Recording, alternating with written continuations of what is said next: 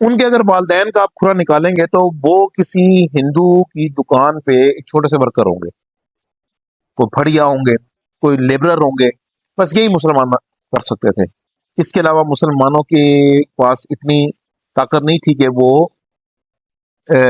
کسی دکان کے مالک بن کے بیٹھ سکیں، اور اگر وہ مالک بن جائے تو پھر کاروبار نہیں چلا سکتے تھے۔ یہ اب میرے دادا ابو چونکہ اس دور سے گزرے ہوئے تھے، انہوں نے دونوں دیکھا ہوا تھا پاکستان بنتے ہوئے، تو انہوں نے کہا کہ یہ ایک قدرتی عمل ہے کہ چونکہ مسلمانوں نے اتنی محنت نہیں کی کسی شعبے میں، اس لیے وہ پیچھے رہ گئے۔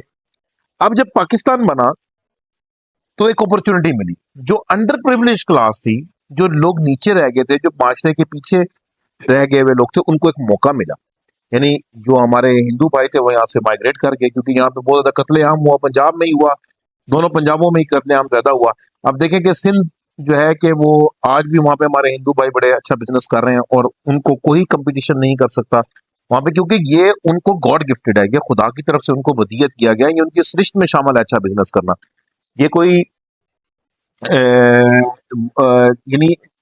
یہ ان کے جینز میں شامل ہے۔ تو اگر آپ آج بھی گھوٹکی میں چلے جائیں، آج بھی دھلے سے چلے جائیں، تو آپ کو جو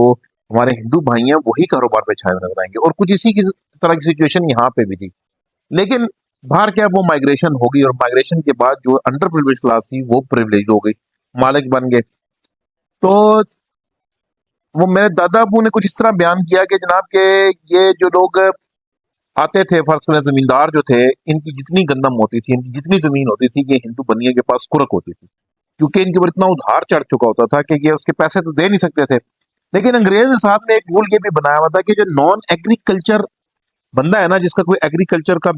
بیک گراؤنڈ نہیں ہے، وہ کسی ایگریکلچر زمین کا قابض نہیں ہو سکتا، اسے قبضہ نہیں لے سکتا۔ زمین انہی کے پاس رہتی تھی، وہی اس کے اندر ہل چلاتے تھے، لیکن اس کی تمام آمدن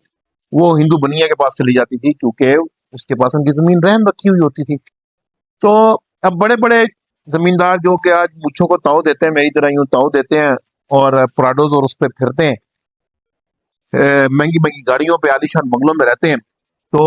وہ میرے دادا وہ بتاتے ہیں، جناب اللہ ان کو جنت نصیب کرے، کہ ان کی اوقات یہ ہوتی تھی کہ جب یہ کوئی بوسکی کا سوٹ یا کاٹن کا سوٹ سلوانے کے لیے آتے تھے کسی کپڑے کی دکان پہ، تو اس کا آنر تو اب ظاہری بات ہے کوئی ہندو بھائی ہوتا تھا، لیکن جو ماسٹر ہوتے تھے نا، جو سینے والے کپڑے، وہ مسلمان ہوتے تھے۔ اب وہ کیا کرتے تھے جناب کہ اب ایک سوٹ کے اوپر آپ زیادہ سے زیادہ کپڑا بھی لگانا چاہیں تو 8 گز،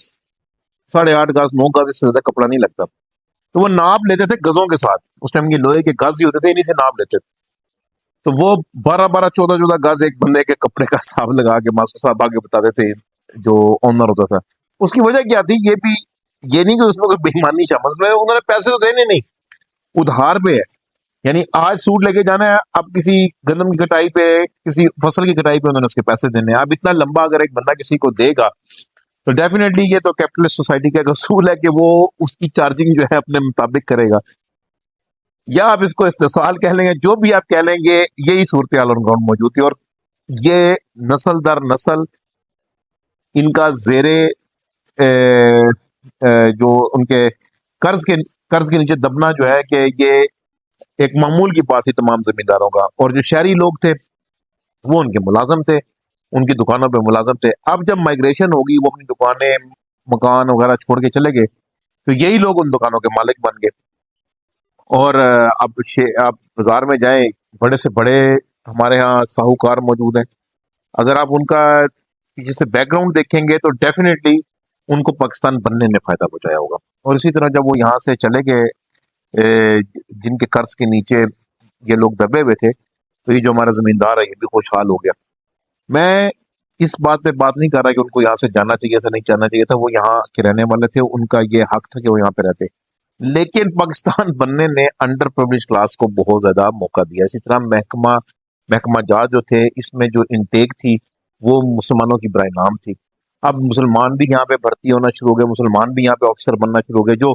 کم عہدوں پہ، کم اسکیلوں پہ کام کر رہے تھے، ان کو ترقی دے دی گئی آگے بڑے اسکیلز میں۔ یعنی پاکستان نے لوگوں کا اسٹینڈرڈ آف لیونگ کو، خصوصاً جو مسلم کمیونٹی، اس کے اسٹینڈرڈ آف لیونگ کو بہت اباب کیا۔ اب پاکستان تو پھر ظاہری بات ہے کہ ایک بلیسنگ ان ڈسگائز ثابت ہوا۔ اب آگے ہمارا قصور ہے کہ ہم نے پاکستان کو چلایا کیسے، ہم نے کیوں یہ سمجھا کہ کوئی ملک ہمارا بدترین دشمن ہے، کچھ اس ملک کا بھی قصور ہے، کچھ ہمارا بھی قصور ہے، ہم نے جنگیں لڑی، یہ اگر ہم نہ لڑتے تو تب بھی یہ ملک چلتا، علیحدہ ہو کے بھی لوگ بردرلی کو ایگزسٹنس میں رہ سکتے ہیں۔ تو یہ جو فیصلے ہم نے غلط کیے یا آج کل کے جو برے حالات ہمارے چل رہے ہیں، اس کے اوپر آگے ہم یہ سوال تو نہیں اٹھا سکتے کہ پاکستان نے ہمیں کیا دیا، پاکستان کی وجہ سے ہی تو ہم سب کچھ ہیں۔ آج جو یہ میں وردی پہن کے گھومتا ہوں اور میرے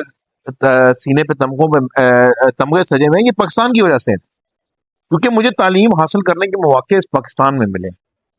اگر شاید یہ اکھنڈ بھارت ہوتا، اکٹھے ہوتے، تو شاید ہم تعلیم بھی حاصل نہ کر سکتے، کیونکہ اس میں میں بالکل کسی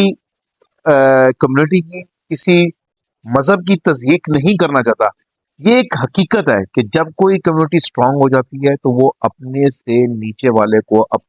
اسٹرانگ ہونے نہیں دیتی۔ کیوں نہیں دیتی؟ کیونکہ ان کو پتا ہوتا ہے کہ یہ میرے سب سرونٹ نہیں دیں گے۔ اور اس کی مثال آپ دیکھ لیں کہ آج بھی پاکستان کے اندر جہاں وڈیرا شاہی موجود ہے، وہاں پہ جو غریب آدمی ہے وہ غریب ہے۔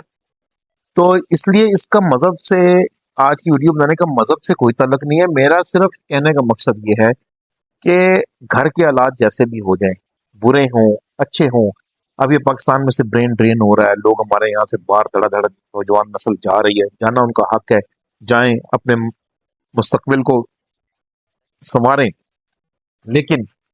یہ جو ملک ہے یہی ہماری پہچان، اور اس ملک کی وجہ سے ہم ہیں۔ تو آج مجھے اپنے دادا کو بہت یاد آئے، اور میرے سے میں نے جا کے ان کے قبر پہ اب سوچا کہ کل میں حاضری دوں گا، فاتحہ شریف پڑھوں گا، اور وہاں پہ جا کے میں نعرہ لگاؤں گا، پاکستان زندہ باد، پاکستان زندہ باد۔ تھینک یو بھائی۔